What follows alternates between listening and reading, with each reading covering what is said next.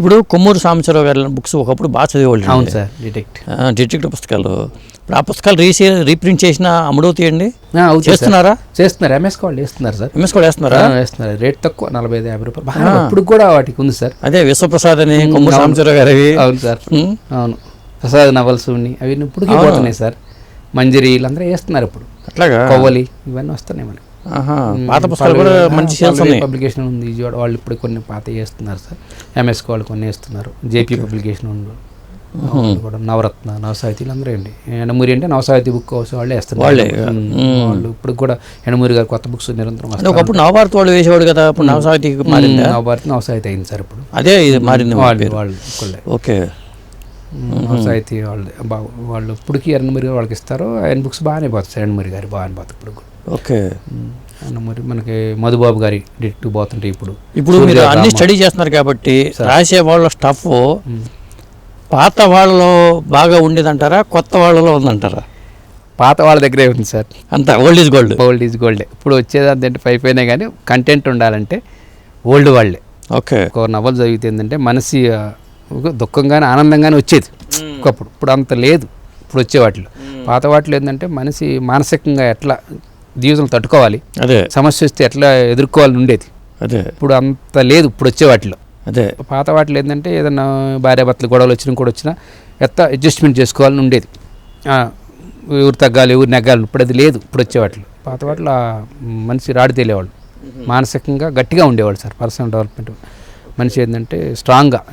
ఇప్పుడు ఇవన్నీ ఆత్మహత్యలు ఇవన్నీ ఉండేవి కాదు. అవును, పాత వాటి గట్టిగా ఉండేవి. ఇప్పుడు వచ్చే జనరేషన్ అది నిలబడలేకపోతున్నారు. అదే సపోర్ట్ లేదు, వాళ్ళు చెప్పేవాళ్ళు కూడా లేరు సార్ ఇప్పుడు. పాత సంస్కృత పుస్తకాలని ఇప్పుడు తెలుగులోకి తీసుకురావాల్సిన అవసరం ఉందంటారా?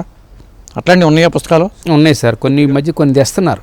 ఇప్పుడు రాజమండ్రి మోహన్ పబ్లికేషన్ వాళ్ళు వేస్తున్నారు సార్. ఓకే, ఓల్డ్ వాటిని ఏంటంటే వీళ్ళు డిటిపి చేసి వేయలేకపోయినా కొనేసం ఆ పుస్తకాన్ని ఉండదాన్ని.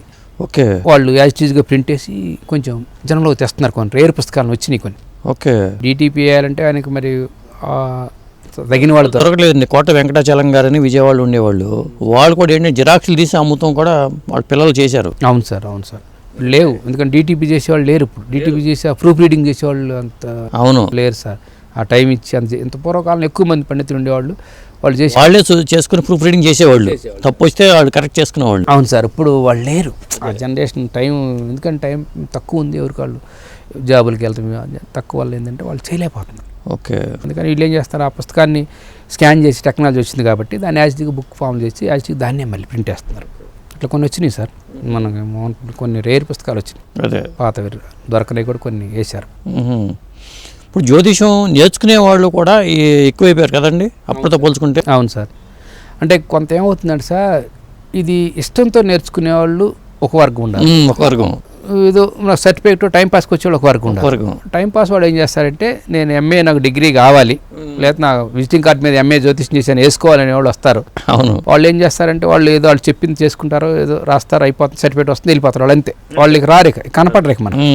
లేదు ఇప్పుడు మీలాంటి వాళ్ళు దీన్ని అన్వేషణ చేద్దాం, అసలు జ్యోతిష్యం తెలుసుకుందాం అందనుకోండి, మీరు ఇంకా పుస్తకాలు కొంటారు, దాని మీద కొంచెం ముందుకెళ్తారు. రేర్ పుస్తకాలు కొని ఇంకా దీని సబ్జెక్ట్ మీద మీకు పట్టు వస్తుంది. వాళ్ళకేం పట్టు రాదు, సర్టిఫికేట్ వస్తుంది.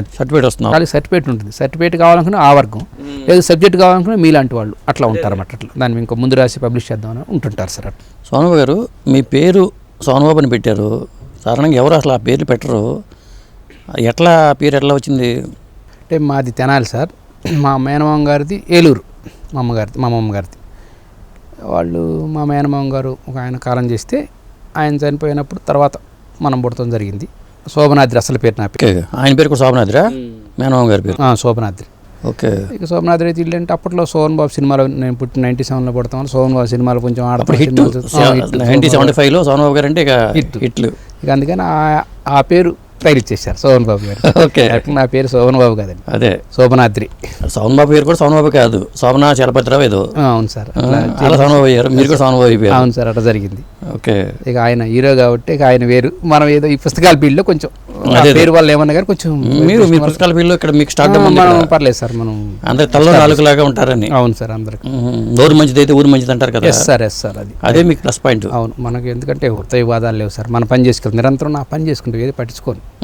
ఈరోజు మనం టార్గెట్ కాకపోయినా పుస్తకాలు ఎంతవరకు అమ్మాము, ఎవరికన్నా ఇచ్చాము, ఎవరిని కొత్త వాళ్ళు వచ్చారు వాళ్ళకి ఏం పుస్తకాలు ఇచ్చాము, దాంట్లో వాళ్ళకి ఎంత ఉపయోగపడింది, మళ్ళీ వాళ్ళు మనం కాంటాక్ట్ చేస్తారు కదా సార్, మీరు పలానా పుస్తకాలు ఇచ్చారండి బాగుండేయండి అని ఫీడ్బ్యాక్ కూడా ఇస్తుంటారు కొంతమంది. అలాంటి పుస్తకాలు నాకు కొన్ని కావాలి సార్, పలానా రోజు వస్తాను నేను, కొన్ని తీసి పెట్టండి సార్ ఆ టైప్ ఆఫ్, నేను తీసుకెళ్తాను అంటారు. ఇవాళ కూడా జ్యోతిష్యం కానీ కొన్ని మంత్రశాస్త్రాల పుస్తకాలు ఉంటాయి సార్, పురాతనమైన. ఆ పుస్తకాలు కూడా కొన్ని బయట దొరకనే ఉంటాయి. వాటి కోసం మన దగ్గరకు వస్తారు కొంచెం, వాటి అభిలాషులు అంటే మంత్రశాస్త్రం తంత్రశాస్త్రం అభిలాషులు కూడా వచ్చి తీసుకెళ్తుంటారు. వాటి గురించి తెలుసుకుందాం అని కొంత పురాతన కర్ణ పిశాచి మేము మా దీంట్లో వీడియో చేయగానే కర్ణ పిశాచి మీద విపరీతంగా యూస్ వచ్చినాయి. ఆ కర్ణ పిశాచి విద్య మీద వాటి మీద ఉన్నాయి సార్. ఉన్నాయా? ఉన్నాయి. అవి తంత్రశాస్త్రంలో వస్తుంది. తంత్రశాస్త్రంలో వస్తుంది. సూర్యుని దుర్గా తంత్రం అని, అట్లా కాలభైరవ తంత్రం అని, ఓకే, అట్లా ఆచార్య సిద్ధనాగార్జున తంత్రం అని ఉండే సార్. దాంట్లో నుంచి అంటే ఆ సాధన చేసే వాళ్ళకి అది వర్కౌట్ అవుతుంది. అదే అంటే రాసిన వాళ్ళు అసలు ఎంతవరకు స్టాండర్డ్స్ రాశారు అనేది కూడా ఇంపార్టెంట్గా, రాసే రైటర్ కూడా ఇంపార్టెంట్. ఇప్పుడు మసూన్ సరస్వతి గారు కొన్ని రాశారు, ఆయన తంత్రశాస్త్ర గ్రంథాలు బాగా రాశారు. ఆయన కూడా సాధన చేశాడు, రాశాడు లేరు కానీ ఆ పుస్తకాలు కొన్ని పోతాయి. గుండె వెంకటేశ్వర గారిని ఒక ఆయన రాశారు, ఓకే, తంత్రశాస్త్రం మంత్రశాస్త్రం సంబంధించి. అవి కూడా కొంచెం ఇప్పుడు ప్రామాణికంగా తీసుకుంటారు సార్. కాకపోతే ఏంటంటే కొంతమంది ఏదో వచ్చి ఏదో చేద్దాం ఉంటారు, అది కాదు. అది మంచి పనులు చేయడానికి తంత్రం ఎప్పుడు సహకరిస్తుంది సార్. చెడుకు ఎప్పుడు అది విరోధమే. చెడు చేయడానికి అది చేయలేరు.